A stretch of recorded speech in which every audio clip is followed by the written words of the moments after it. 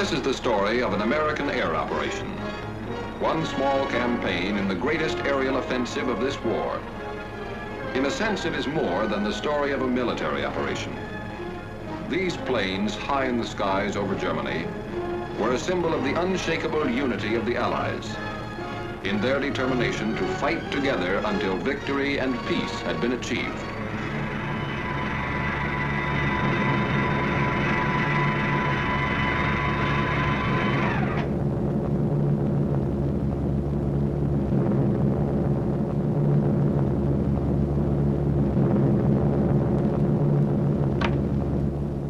June 2nd, 1944. On this day, 650 American flying fortresses inflicted severe damage on German defenses along the invasion coast.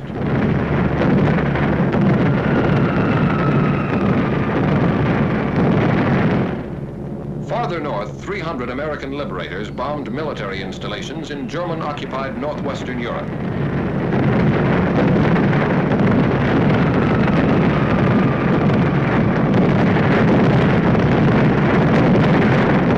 Flak was heavy over some targets. 8 of our planes did not return to their bases. On this same day, June 2nd, 1944, a task force of 150 flying fortresses, escorted by 70 fighter planes, attacked railroad and marshalling yards at Debrecen, Hungary. None of these planes returned to their bases on this day. June 21st, 1944. 300 liberators bombed the Focke-Wulf 190 engine factory at Bosdorf, Germany.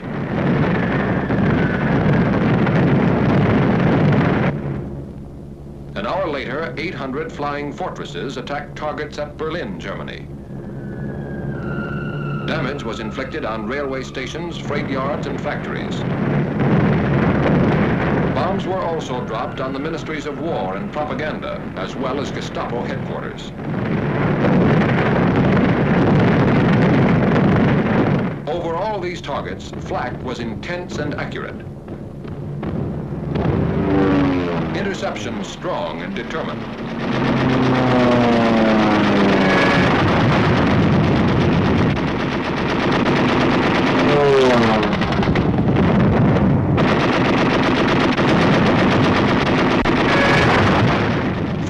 German planes were shot down.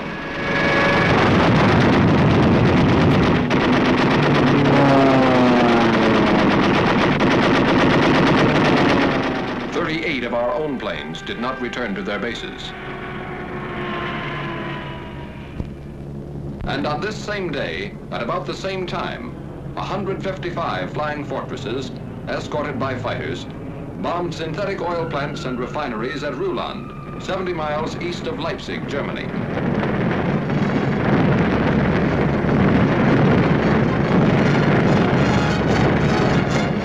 As on June 2nd, none of these planes returned to their bases on this day. This was not a coincidence, and these planes were not lost in action.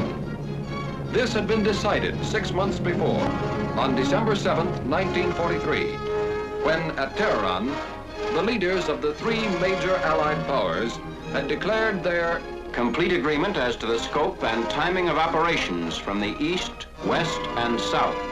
Operations from the east, west, and south. Operations on land, on sea, and in the air.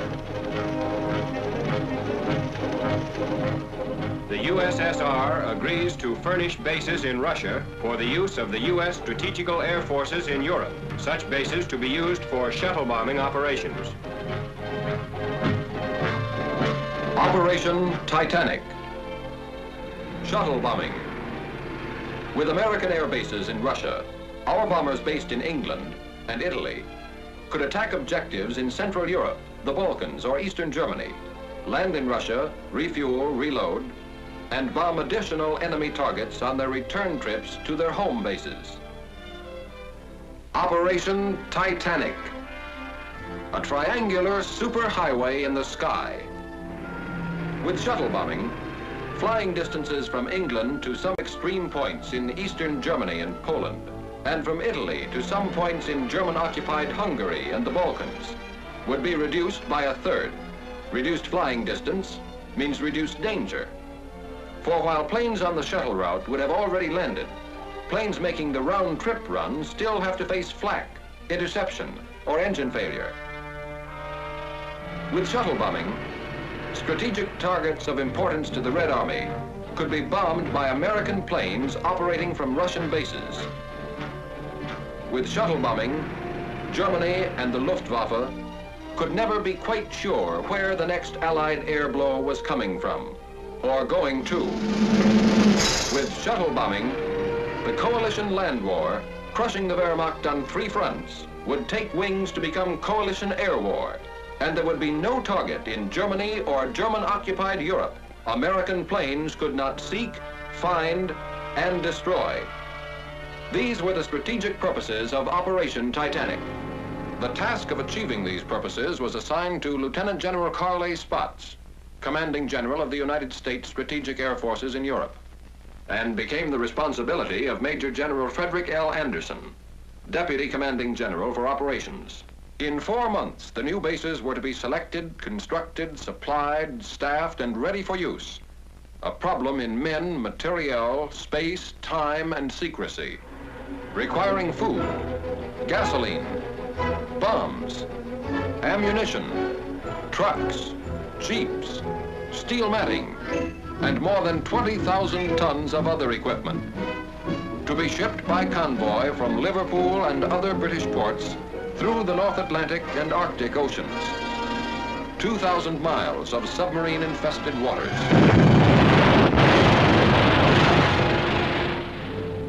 Then from Murmansk, the Soviets' Arctic ice-free port, by rail. An additional 2,000 miles.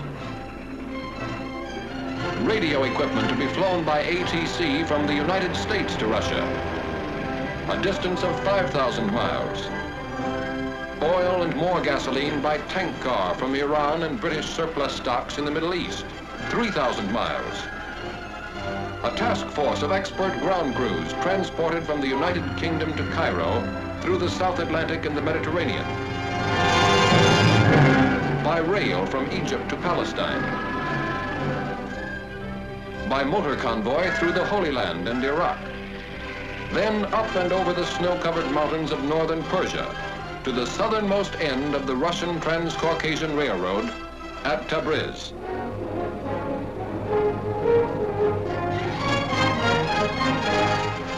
Finally, by special train over the Caucasian Mountains to their new headquarters somewhere in Russia. A secret journey of more than 7,000 miles. By the end of 4 months, the bases were ready. And Ambassador Averill W. Harriman and Major General John R. Dean, head of the United States military mission at Moscow, landed on the first American air base on Russian soil. Now, with preparation and organization completed, the task of transforming theory into reality was assigned to the 8th American Air Force, based somewhere in England, and the 15th Air Force, based somewhere in Italy. Early in the morning of June 2nd, crews of bomber and fighter commands of the 15th Air Force were assembled to be briefed for a special mission. A special mission for pilots, navigators, bombardiers, and gunners. And finally, a special word of farewell from Major General Twining, Commanding General of the 15th Air Force. I do not have to impress you with the importance of this mission to the Russian bases. I'm sure you are fully aware of this important event. I would like to mention one thing about which you must be very particular. That is your conduct while at these Russian bases. Be soldierly and neat at all times. The Russian is a fine soldier who appreciates results and one who does not understand big talk. Wish you the best of luck. Goodbye.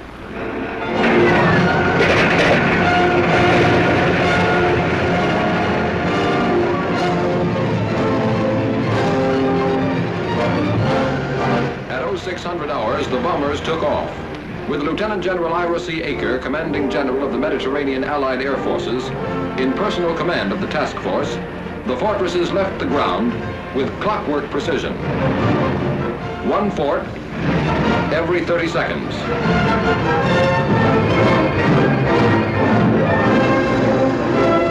At 0630 hours, their fighter escort followed them into the air. 70 planes in 17 and a half minutes. At 0730 hours, the bombers and the first relay of fighters made rendezvous over the Adriatic, and Titanic 1 was on its way. If the shuttle route to Russia was equally practical from England, was now to be proved by the 8th Air Force. 0100 hours, the morning of June 21st. Somewhere in England, Titanic 2. At 0530 hours, the heavily loaded bombers took off into the fog of an English dawn. 24 minutes later, the first group was in the air, heading northeast to the task force assembly point.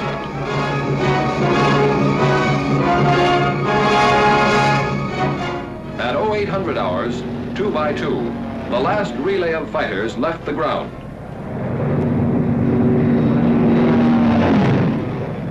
At 0930 hours, flying fortresses and Mustangs made rendezvous high over the German coast, and Titanic 2 was on its way.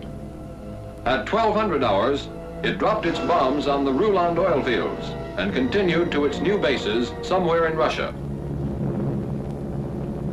That is why on June 2nd, and again on June 21st, American planes did not return to their bases somewhere in Italy or England. For on each of those days, their mission was still unfinished. In a sense, it had only begun.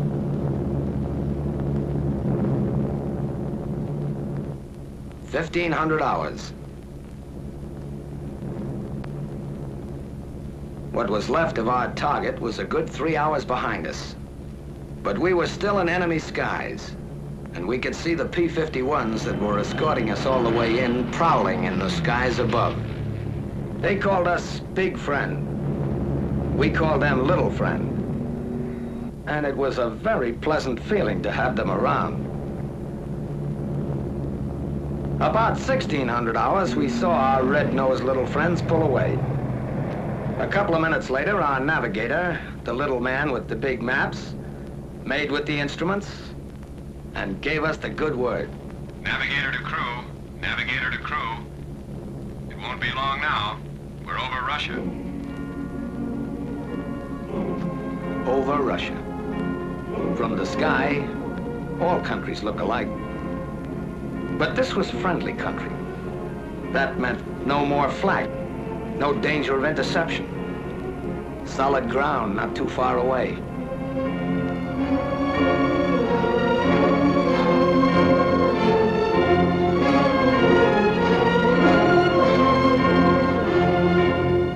It meant a new country, a new people. Allies we'd heard about, read about, but never seen. How do you get along with people you can't even talk to? Would we like them?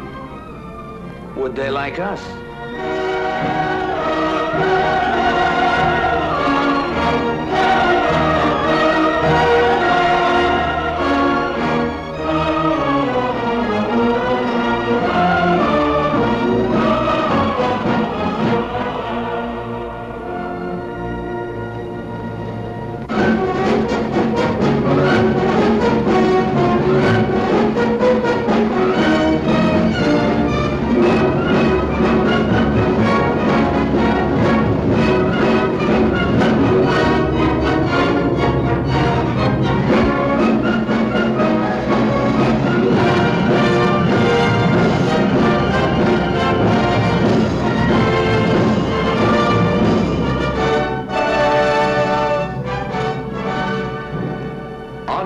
The task force are General Walsh and General Perminov, the American and Russian COs.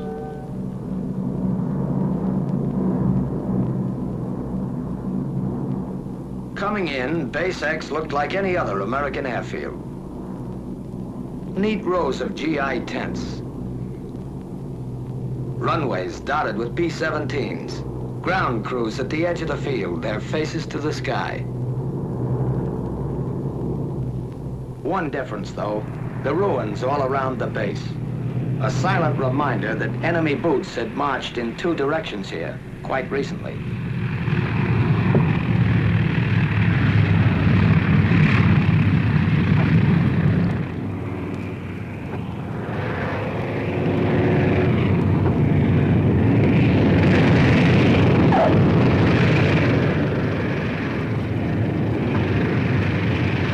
The forts follow each other down, a third of a world away from home. Wheels made in Akron touch steel matting made in Pittsburgh on an American landing field in Russia.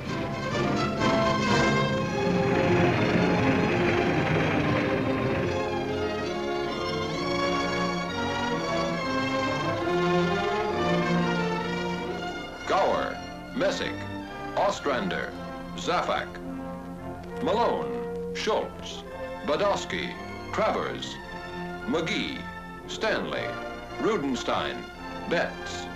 1,000 tourists from 48 states on a short visit between two jobs. Tense moment in international relations. Ivan Ivanovich meets fearless Fosdick. A handshake says, "Hello, very glad to see you," in any language. And General Perminov makes it official. I welcome you as fighting allies. Together we'll fight to victory. I wish you the best of luck in combat and a safe return home. After that, there was another important ceremony. Short snorter bills. If we didn't get those signed, the flight would have been illegal. Whenever flyers meet, they talk shop, even when they can't understand each other. That's when sign language came in handy. And it seemed to work at that. Some Russian WACs, officers, and enlisted women were on the welcoming committee, too. It would have been nice to sort of pursue the subject further, but there was work to be done.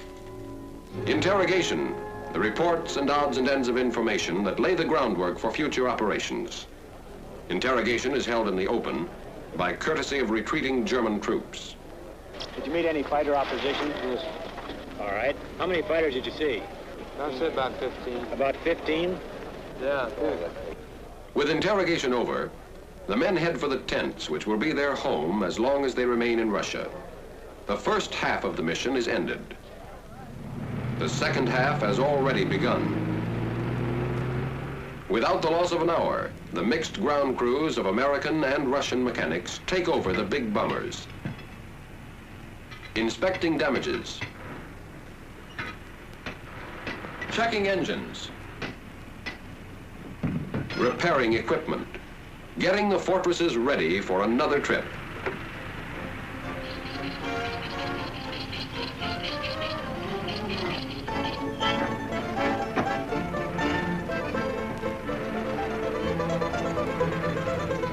Okay. Spasiba. Kuchnia. Kuchnia stands for kitchen. Kitchen stands for chow. And even in Russia, you stand in line for it. On KP duty, Katya, Manya, and Olga. Not Buck or Eddie or Pete, but soldiers too. And darn good cooks to boot, who cooked and served our supper. Hutch, Pajalister. K-ration, with a Russian accent. And spam a la Stroganoff. The coffee was hot. That's about all you could say for it. The name was Mashenka. Back at the field, the ground crews stayed with the bombers as long as there was light, making sure that nothing happened that shouldn't when the B-17s went up again. 2100 hours, 9 in the evening, somewhere in Russia. It's noon in Leominster, Massachusetts, lunchtime. It's 10 in the morning in Paragould, Arkansas. The sun is climbing high. In Los Angeles, California, the day's just beginning. The same day, just ending, somewhere in Russia. Small world.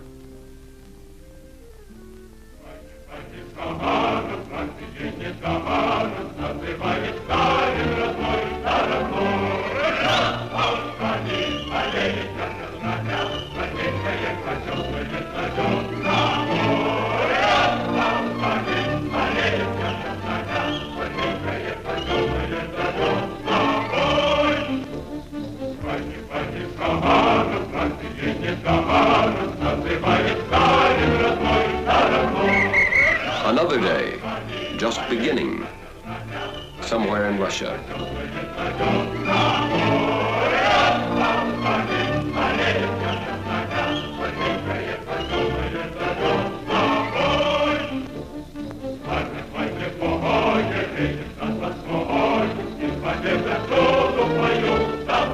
Another working day.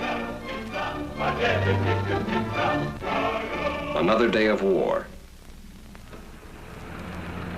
At headquarters, American officers headed by Colonel, now General Albert A. Kessler, and their Russian colleagues plan the next mission. Objective, the destruction of one of several strategic targets in the path of the Red Army. The target is selected.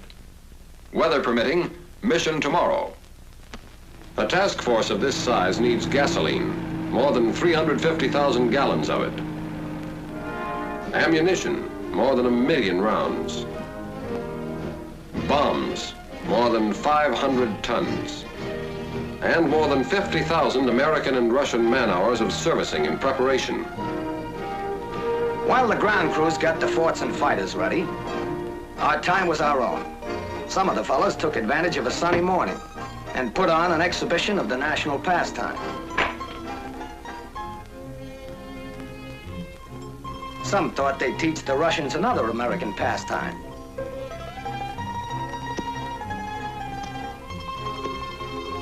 And learned that others had taught too well before them. Some tried to bridge the distance home. To let the folks know their wandering boy was somewhere in Russia last night. Some of us, over lunch of borscht and kasha, talked over tricks of the trade with the Russian fighter pilots, whose small, fast yaks are part of the field's defenses, constantly on the alert. Some tried to preserve the more exotic aspects of Base X, like the American nurses that are stationed there, perfectly at home abroad. Some discussed with the Russians current events, literature, Yeah. sports, Like that? Yeah. and art. Это хорошо. Это дело другое. Some moseyed over to a nearby pasture and found out that milking a cow in Russia is no different than it is in Iowa. And some of us, explorers at heart, decided to see Russia.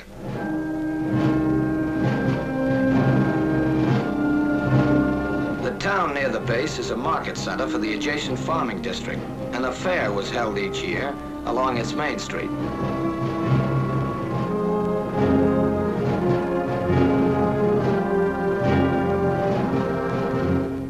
The factory section.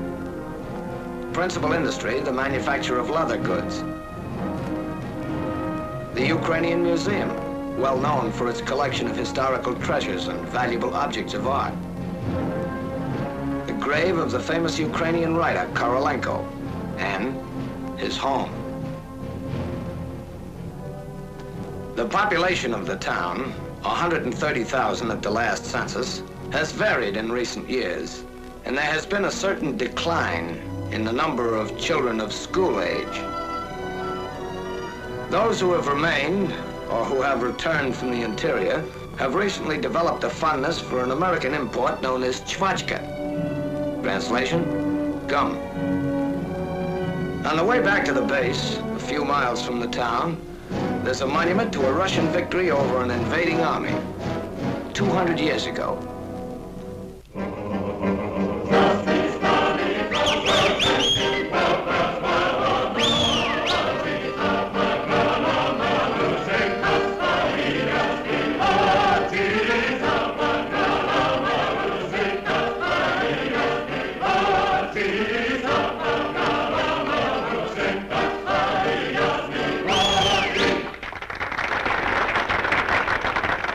Следующий номер. Украинские народные песни в исполнении хора имени Шевченко. Next number. Ukrainian folk songs by the Shevchenko Choir.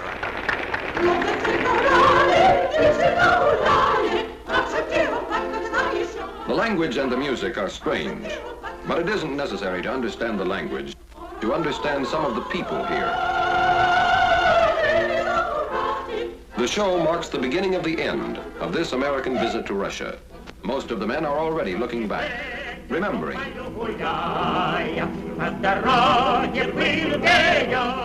Lieutenant John Morris, navigator of Nanticoke, Pennsylvania, who has the Distinguished Flying Cross and the Air Medal with 4 clusters, was particularly impressed by the medals worn by the Russian soldiers. They don't wear ribbons like we do, but the actual medals. Practically every Russian soldier I ran into was loaded with decorations. Captain Percy W. Stressing, pilot of Rochester, New York, thought the show explained a lot about the Russian people. Those Russians sure like to sing and dance. One of the numbers was kind of a tap dance. I think the Russians resemble Americans in a lot of ways. They've got a great sense of humor. They can laugh and enjoy everything, even though their whole country is in ruins.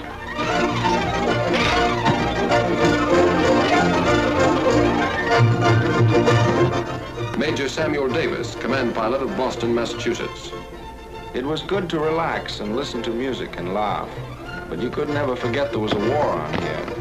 Most everybody was in uniform, men, women, even children. I saw a lot of kids who'd been through plenty of action. Some of them who had medals to prove it couldn't have been more than 10 or 12 years old. One of the other fellows told me he ran into one kid who'd been a sniper with the guerrillas and had 21 notches on his rifle butt. A sniper with the guerrillas at his age. Technical Sergeant Louis Zerlnik, engineer gunner of Brooklyn, New York, spent a lot of time with the Russian ground crews. Some of the men in the show, and quite a few around the base too, had been wounded as much as 3 or 4 times. They were working on the base for a rest before going back into combat. Those Russians sure have funny ideas about resting. Staff Sergeant John E. Gagan, tail gunner of Paterson, New Jersey. The show was pretty good. As far as I could see, everybody liked it, including General Aker.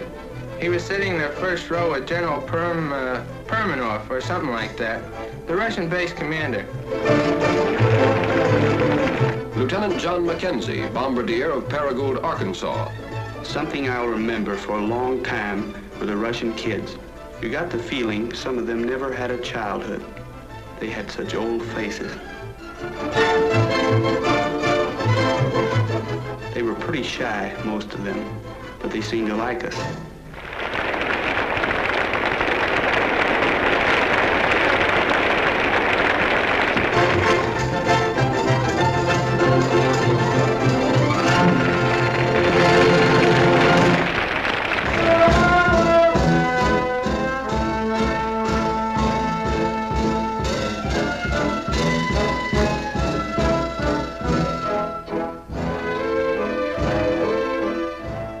Sergeant Clinton Miller, engineer gunner of Montvale, New Jersey. The Russians like their dance music slow and sentimental, mostly waltzes. The girls do all kinds of jobs around the base, and they work very hard. Their clothes are plain and neat. They don't use makeup as a rule, but some of them wear lipstick. I remember one girl who was in charge of an ACAC crew. She had 12 enemy planes to her credit. Staff Sergeant Donald Craw, tail gunner of Stratford, Connecticut. The music at the dance was on the corny side, but the girls are nice. I met a girl from Leningrad whose father was a general. She taught me some Russian words, and I taught her some American slang. It didn't take long before I was saying, "Horror-shaw," and she was saying, "Okay, bud."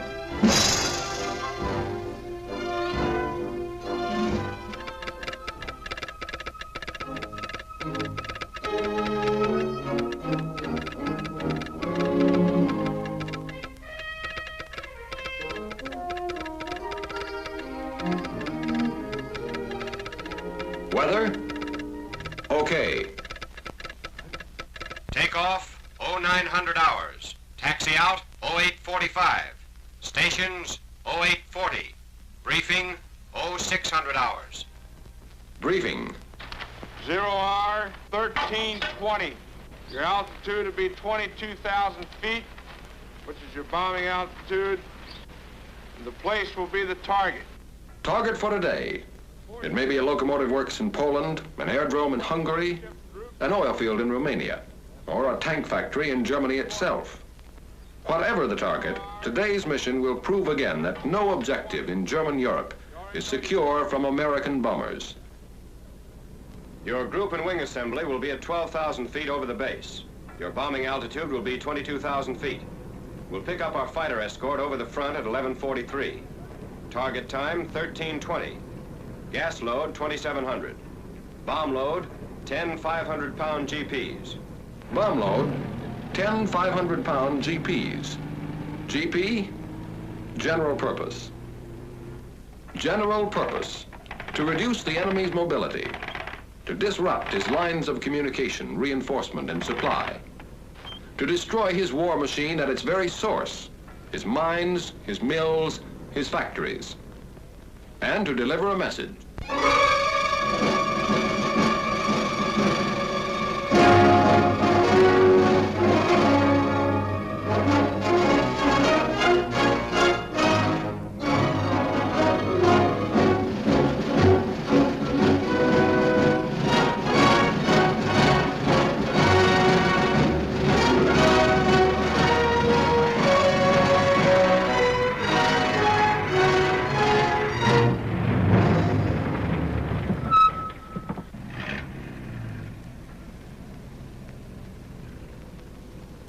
До свидания и счастливый путь.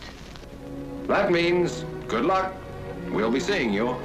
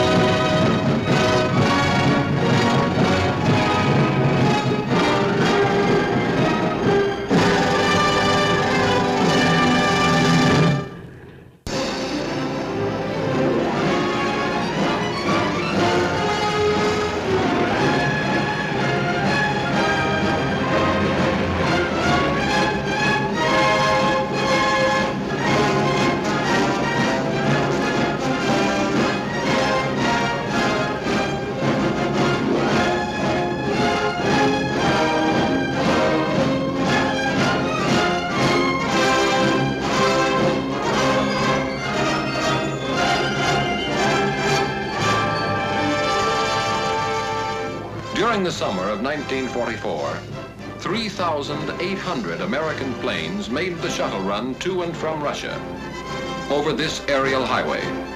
In less than 4 months, 24 targets in Germany and German-held territories, some never before within effective range of our bombers, felt the lash of American air power, striking against railway centers and marshalling yards at Debrecen and Szolnok, Hungary, Bucharest, and Ered, Romania, and Béziers, France, against airdromes at Galați, Foxani, Buzău, and Zelestia, Romania, Mielec, Poland, Kecskemés, Hungary, and Toulouse, France, against oil fields and refineries at Rulan, Germany, Drohobych, and Tercovina, Poland, Budapest, Hungary, and Ploiesti, Romania, against armament plants and aircraft factories at Gdynia, Poland, Miskolc,